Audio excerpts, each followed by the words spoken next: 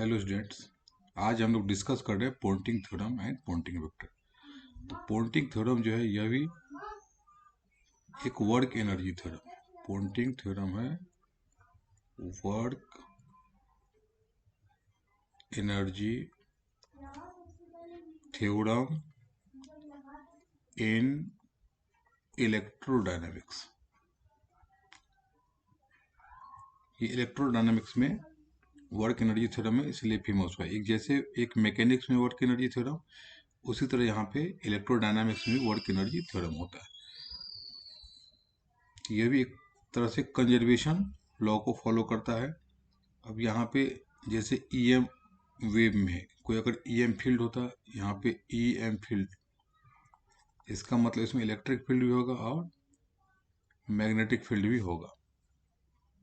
यहाँ पे electric field magnetic field होगा। तो ये कोई चार्ज इस फील्ड में यहाँ से लेकर के यहाँ तक कोई मूव करता है।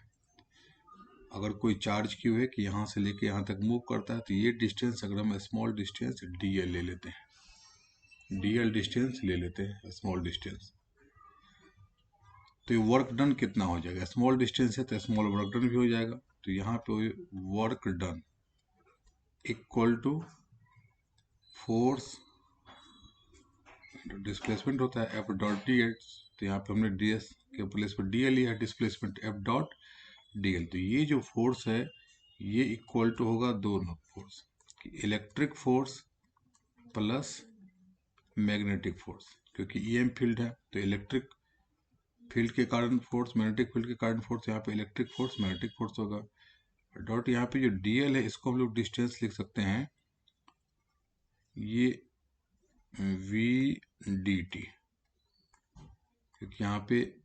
dl upon dt displacement upon time equal to कितना होता है, स्पीड होता है। तो यहाँ पे v, तो हमने यहाँ पे स्पीड ये v लिख दिया। अब यहाँ पे जो इलेक्ट्रिक फोर्स होता है वो होता है q इंटू ई। तो अगर यहाँ पे वेक्टर है, सब पे हम लोग यहाँ पे वेक्टर लगा सकते हैं, ये भी वेक्टर लगा दिए। तो क्यू ई प्लस, और मैग्नेटिक फोर्स होता है q into V cross V. अब यहाँ पे डॉट वी डी टी है, जब इसको हम लोग सेपरेट करते क्यू इंटू यहाँ पे आ जाएगा E dot V, E dot V, और plus Q into V cross V dot V. अब यह दोनों के बाहर में डी टी था, तो यहाँ पे हम लोग लगा सकते हैं ये डी टी। तो ये जो टर्म है ये टर्म हो जाएगा जीरो, ये टर्म हो जाएगा जीरो, क्योंकि यहाँ पे ए क्रॉस बी डॉट सी वाले फॉर्मूला से यहाँ पे v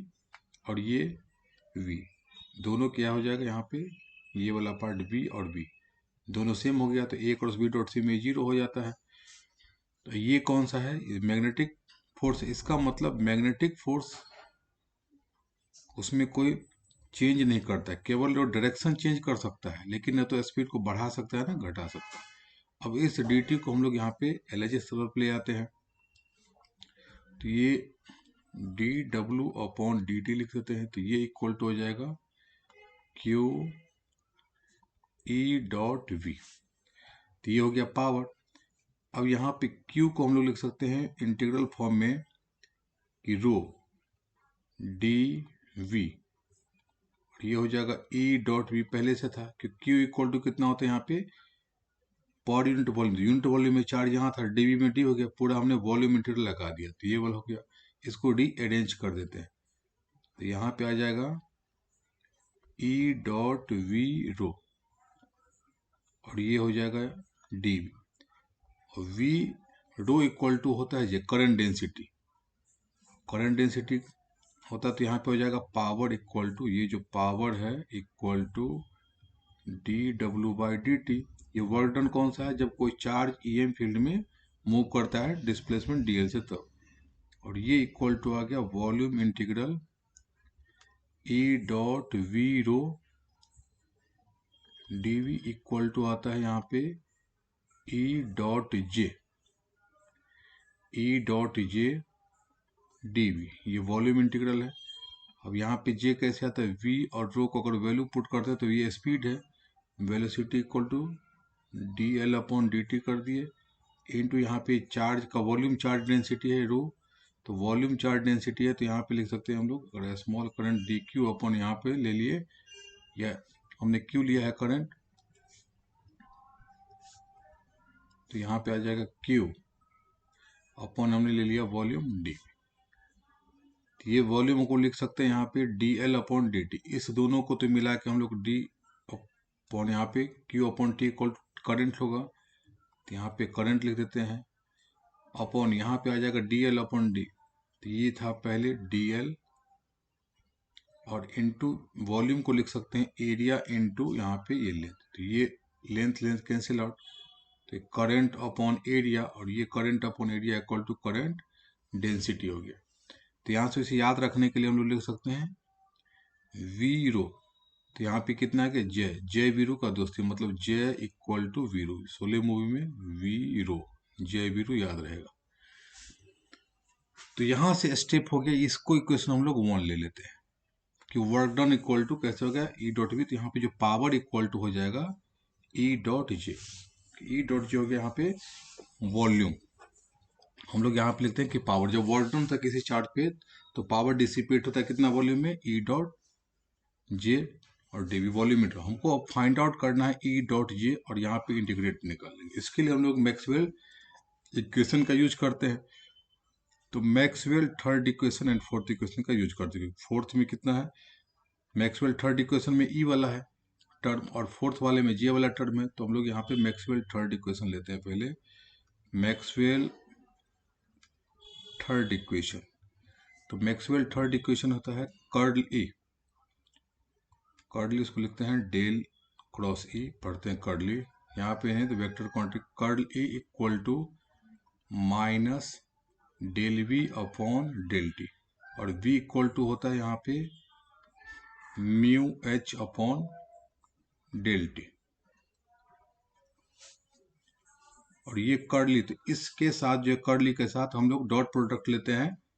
ई वाले के साथ एच के साथ लेते हैं, तो डॉट प्रोडक्ट लेते हैं, डॉट प्रोडक्ट लेते हैं, डॉट प्रोडक्ट किसका, तो हम लोग ये डॉट प्रोडक्ट लेते हैं with H, dot product of H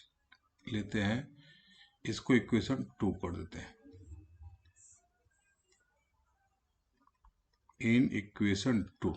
equation 2 में एच के साथ डॉट प्रोडक्ट लेते हैं, तो ये हो जाएगा एच डॉट, और ये हो गया del cross E equal to यहाँ पे आ जाएगा माइनस एच डॉट, एच के साथ डॉट लेते हैं, ये डेल अपॉन डेल टी, और ये हो जाएगा म्यू एच, अब ये इक्वल टू यहीं पे लेते हैं, जब इसको अगर इधर लाएंगे इधर तो ये हो जाएगा हाफ, मतलब यहाँ पे डेल अपॉन डेल टी, यहाँ पे माइनस है, और ये हो जाएगा म्यू एच स्क्वायर अपॉन 2, इसको इक्वेशन यहाँ पे 3 कर लेते हैं। अब यहाँ पे ये कैसे हो जाएगा, क्योंकि जब हम लोग यहाँ पे इसको डिफ्रेंशिएट करेंगे ना म्यू एच स्क्वायर बाई 2 वाले को, तो यही टर्म आता है, जब डिफ्रेंशिएट करेंगे तो यहाँ पे एच स्क्वायर को करेंगे तो इसको यहाँ पे करेंगे तो सेम टर्म आता है, इसलिए यहाँ से हमने सीधे यहाँ लिख दिया है, अगर नहीं तो यहाँ पे देखिए म्यू एच का स्क्वायर करेंगे तो पहले यहाँ पे ये आ गया एच स्क्वायर को म्यू और बाई 2 तो कांस्टेंट ही है, तो यहाँ पे आ जाएगा 2h del H upon del T, तो ये वाला टर्म आ जाएगा, तो यहाँ पे 2 आता है इसलिए मैंने यहाँ पे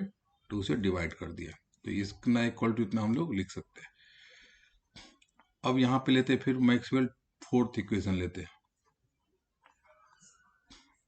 मैक्सवेल फोर्थ इक्वेशन, जैसे हम मैक्सवेल फोर्थ इक्वेशन लेते हैं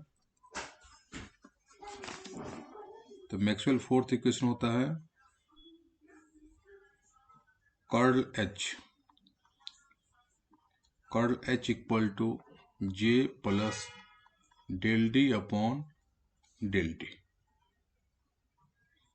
और यहाँ पे जे, यही जे हमको चाहिए था, जे आ गया फोर्थ में, और डी के प्लेस पे लिख देते हैं कि अपसलन ई अपॉन डेल टी। अब यहाँ पे डॉट प्रोडक्ट लेना है, तो डॉट प्रोडक्ट जो लेंगे यहाँ पे एच के साथ लेंगे। यहाँ पे डॉट प्रोडक्ट, इसको यहाँ पे विथ लिख देते हैं, डॉट प्रोडक्ट विथ एच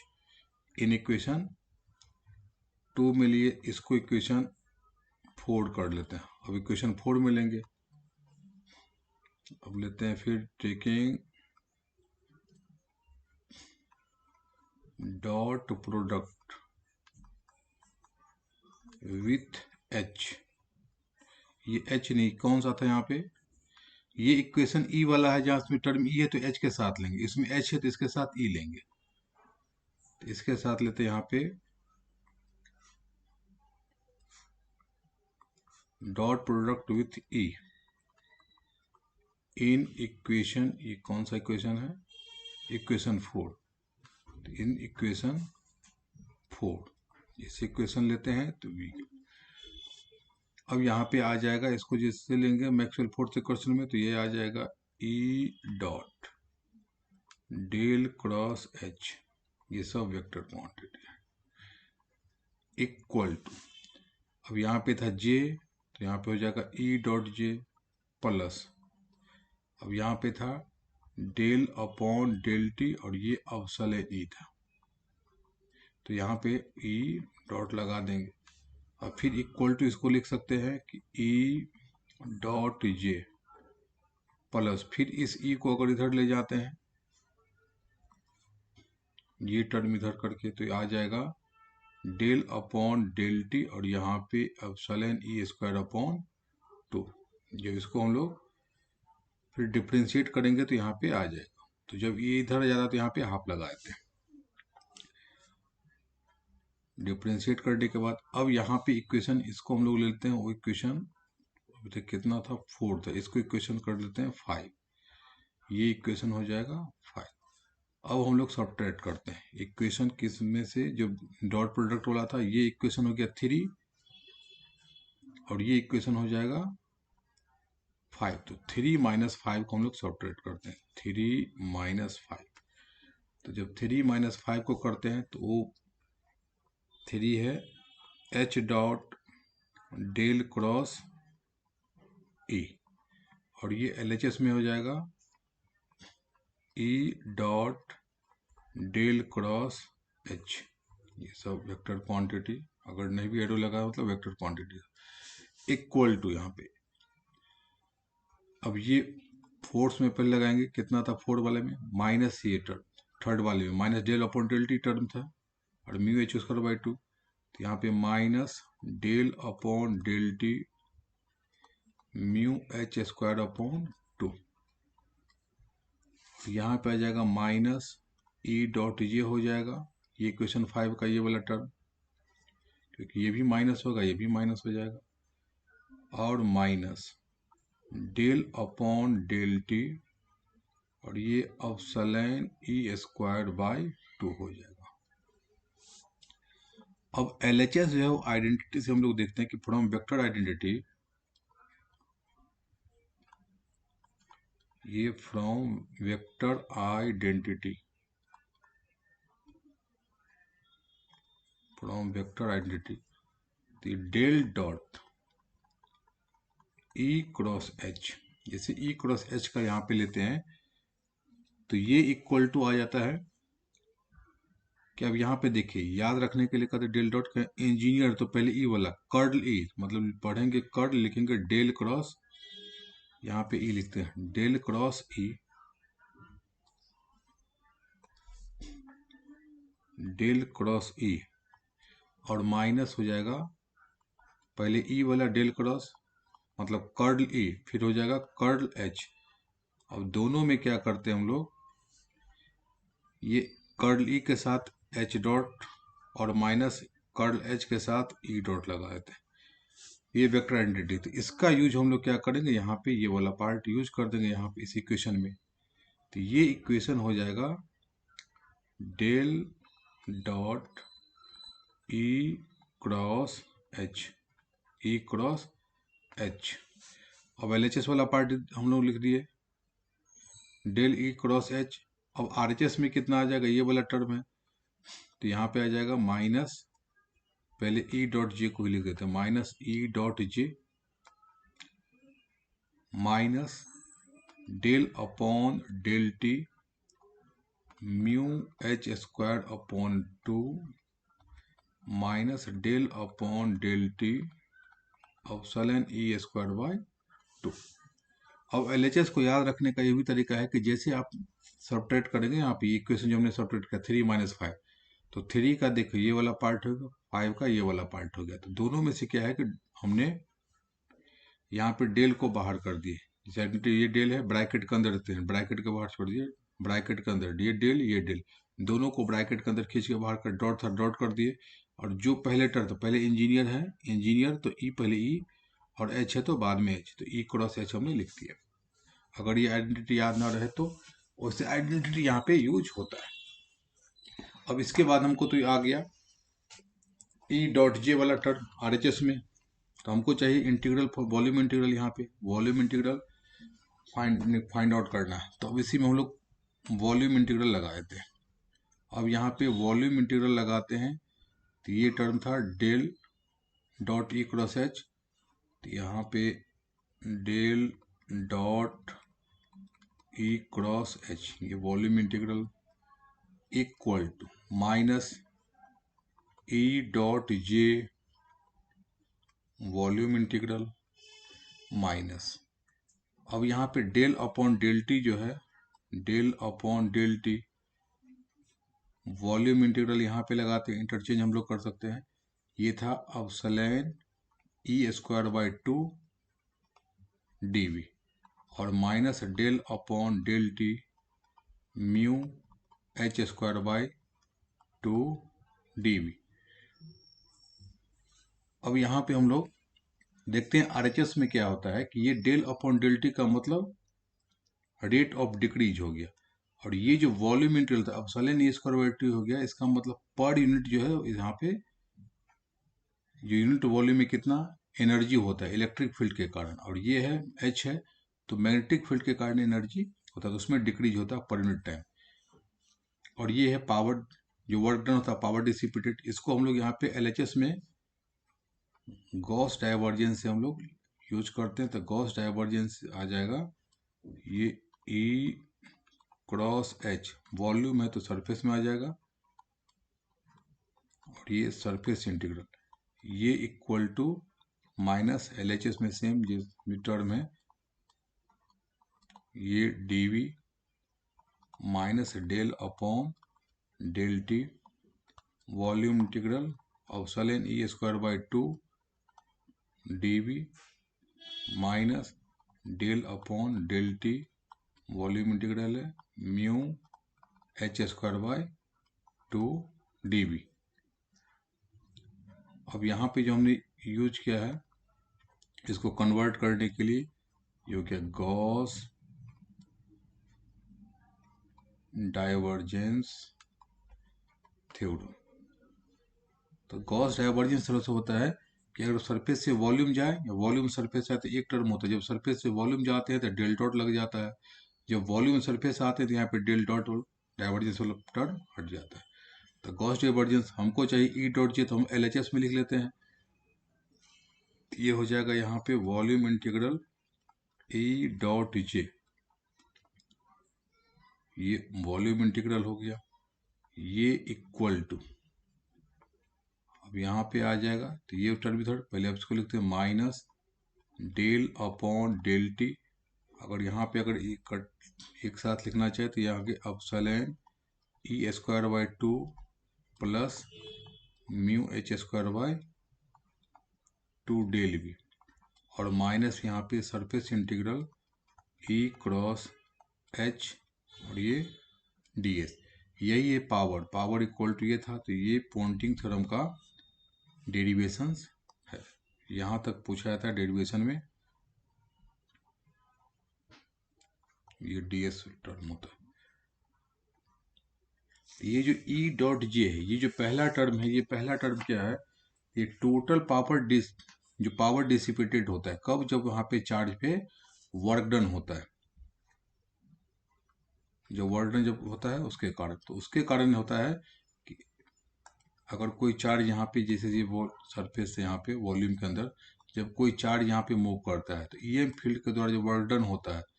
तो इसके अंदर जो स्टोर्ड होता है इलेक्ट्रिक फील्ड के कारण कितना एनर्जी है ये था, मैग्नेटिक फील्ड के कारण एनर्जी कितना है म्यू एच स्क्वायर बाई 2 था। और उसके साथ अगर यहाँ पे तो ये कि जो भी वर्क डन होता है तो ये ऑप्शन है ई स्क्वायर बाई 2 माइनस है डेल अपॉन डेल टी करके, तो इसमें यहाँ पे डिक्रीज होता है, इस एनर्जी में डिक्रीज होता है,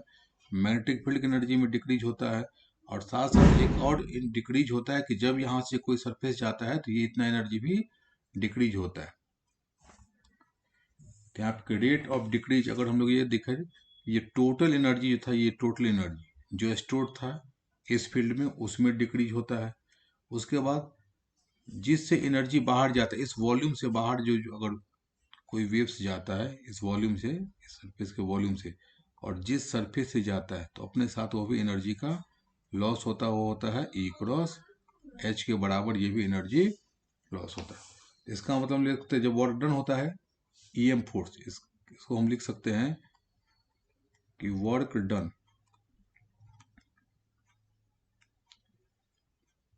डन जो होता है on charge by EM force, electromagnetic force जो होता है ईएम फोर्स। तो ईएम फोर्स जब वर्क डन करता है पर यूनिट टाइम करेंगे तो वहां पर वही तो पावर आ जाएगा। तो ये डिक्रीज होता है, किस किस में डिक्रीज होता है, डिक्रीज इन एनर्जी। कौन सी एनर्जी, जो स्टोर्ड हो, ये energy stored in EM field करते हैं, मतलब इलेक्ट्रिक फील्ड के कारण एनर्जी प्लस मैग्नेटिक फील्ड के कारण एनर्जी, और माइनस एक और टर्म था उसके साथ होता है, फिर इसके साथ और लेस होता है, ये तो डिक्रीज होता ही है, प्लस इसी को लिख देते हैं लेस, और भी एक लेस होता है। कौन सा लेस होता है, तो जो एनर्जी फ्लो आउट हो जाता है, एनर्जी फ्लो आउट, ये फ्लो आउट होता है तो थ्रू सरफेस, जिस सरफेस वॉल्यूम से बाहर जाता है किसी सरफेस से होकर के जाता है, ये भी एनर्जी। तीन टर्म का यहाँ पे लॉस होता है। कब, तो वर्क डन पर यूनिट हमको जो किसी चार्ज पे हम लोग ईएम फोर्स से करते हैं, तो इसी को हम लोग वर्क डन को ही जब वर्क था उसी को हम लोग पावर डिसिपेटेड भी कहते हैं। इसी को वर्क डन के कारण ही पावर डिसिपेटेड, तो मतलब टोटल पावर, इसको हम लिख सकते हैं कि टोटल पावर डिसिपेटेड कितना हमारा लॉस होता है इन वॉल्यूम वी में। तो ये वर्क एनर्जी थ्योरम। अब हम लोग देखते हैं यहाँ पे पॉइंटिंग वेक्टर। ये तो हो गया मेरा पॉइंटिंग थ्योरम था। तो पॉइंटिंग थ्योरम में यही पहला स्टेप ये होता है कि हम लोग यहाँ पे इक्वेशन 1 से की पावर हम लोग चाहे तो यहाँ पे डायरेक्ट लिख सकते हैं, तो यहाँ पे ताकि वर्क डन एनर्जी थ्योरम होता है, इसके कारण हम लोग यहाँ पे देखते हैं वर्क एनर्जी थ्योरम, जो भी वर्क डन होता है वो एनर्जी मेरा उसके कारण यहाँ पे लॉस होता है। एक तरह से कंजर्वेशन थ्योरम को यहाँ भी फॉलो किया जाता है। अब हम लोग देखते हैं पॉइंटिंग वेक्टर का।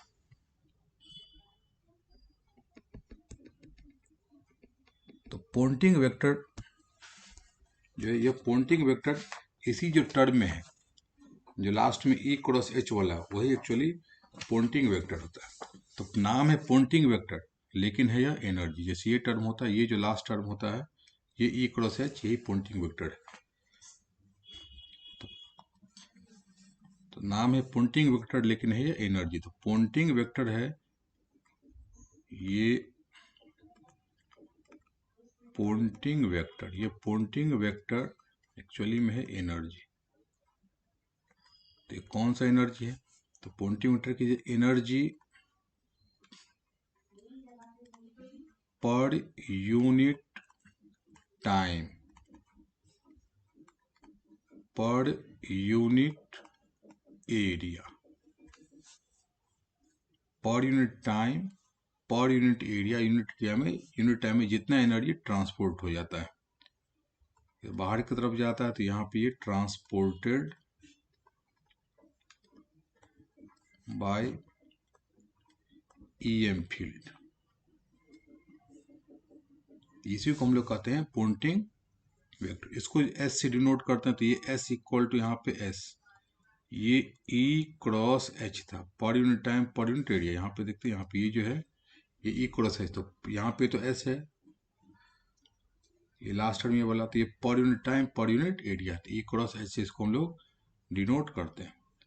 तो ई क्रॉस एच हो गया। अब यहाँ पे इसको जो ई और एच परपेंडिकुलर है, तो जब मॉड लेते हैं तो यहाँ पे एस इक्वल टू आता है ई एच, क्योंकि यहाँ पे ई और एच परपेंडिकुलर है। तो ये equal to E H equal to, और भी यहाँ पे एक लाइन लिखना न्यूमेरिकल में काम आता है कि energy upon per unit time per unit area. कभी कभी यहाँ पे एनर्जी अपॉन टाइम होता है वाट में दे देता है, और हमको केवल फाइंड आउट एरिया करना होता है। और इसको इमेजिन करने के लिए कि सपोज कीजिए कि यूनिट एरिया का यहाँ पे हम लोग ये स्क्वायर लेते हैं, कि इसमें अगर कोई फेविकॉल का लेप टाइप का थिन फिल्म बना देते हैं, और ये पर सेकंड में ये फ्रेम जितना यहाँ पे चला जाता है, मतलब इसमें एनर्जी इस फ्रेम में जितना चला जाए वही पॉइंटिंग वेक्टर होता है। क्योंकि यूनिट एरिया हो गया, ये हो गया यूनिट एरिया, तो हम लिख देते हैं unit area per unit area, ये भी यूनिट एरिया। तो यूनिट एरिया में जितना एनर्जी, इसमें अगर यहाँ पे हम लोग लेप लगा के सपोज कीजिए हम थिन फिल्म यहाँ पे बनाते हैं, जितना एनर्जी अपने साथ ही ईएम फील्ड ले जाती है, तो ये आती है कहाँ से, कि सरफेस से होकर के जब जाती है, तो उसी को हम लोग बोलते हैं पॉइंटिंग वेक्टर। ये न्यूमेरिकल इस पे पूछता है। अब आगे इसको हम लोग देखते हैं। Thank you.